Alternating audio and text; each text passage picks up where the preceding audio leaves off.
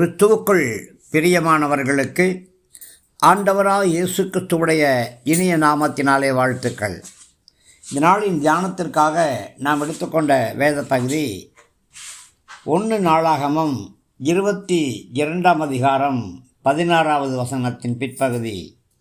நீ எழும்பி காரியத்தை நடப்பி கர்த்தர் உன்னோடு கூட இருப்பாராக. பிரியமானவர்களே, நீங்கள் இந்த 2026 கர்த்தருக்கென்று ஒரு சில காரியங்களை செய்ய போகிறீங்க. அதை குறித்து திரு தரிசனமாக கர்த்தர் இப்பொழுது சொல்லுகிறார். நீங்கள் எழும்புங்க. எத்தனை தடைகள் வந்தாலும் தடைகளை தகர்த்து எரிஞ்சிட்டு எழும்புங்க. கர்த்தர் உங்களோடு கூட இருக்கார். நீங்கள் எடுக்கிற எல்லா முயற்சிகள் பிரயாசங்களை கர்த்தர் ஆசீர்வதிப்பார்.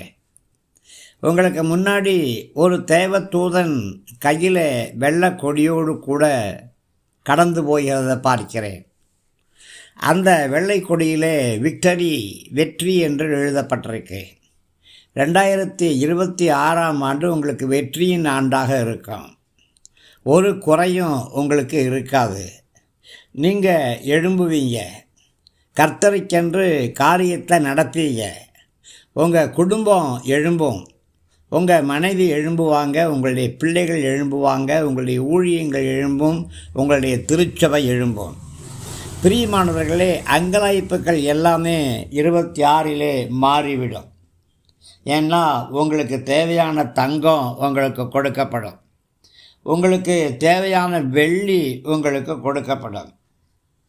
உங்களுக்கு தேவையான வெண்கலமும் இரும்பும் மரமும் உங்களுக்கு என்னெல்லாம் தேவையோ அவைகள் எல்லாம் கர்த்தருடைய பண்டக சாலையிலிருந்து திறந்து உங்களுக்கு கையளிக்கப்படும்.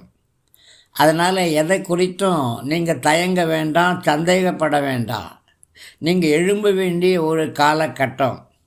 தடைகள் எல்லாவற்றையும் உடைச்சிட்டு எழும்ப வேண்டிய காலகட்டம். காரியங்களை நீங்கள் ஆரம்பிச்சிங்கன்னா காரியங்களை கர்த்தர் முடித்து கொடுப்பார். குதிரை யுத்த நாளுக்கு ஆயத்தப்பட்டிருக்கலாம்.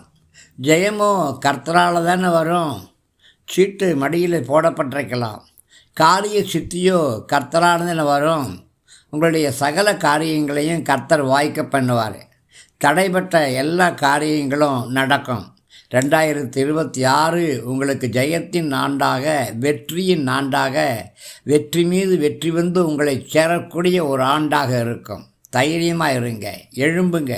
தூசியெல்லாம் உதறிடுங்க. கவலையெல்லாம் உதறிடுங்க. கர்த்தருடைய சமூகத்தில் காத்திருந்து எழுந்து கிரியங்களை செய்யுங்க.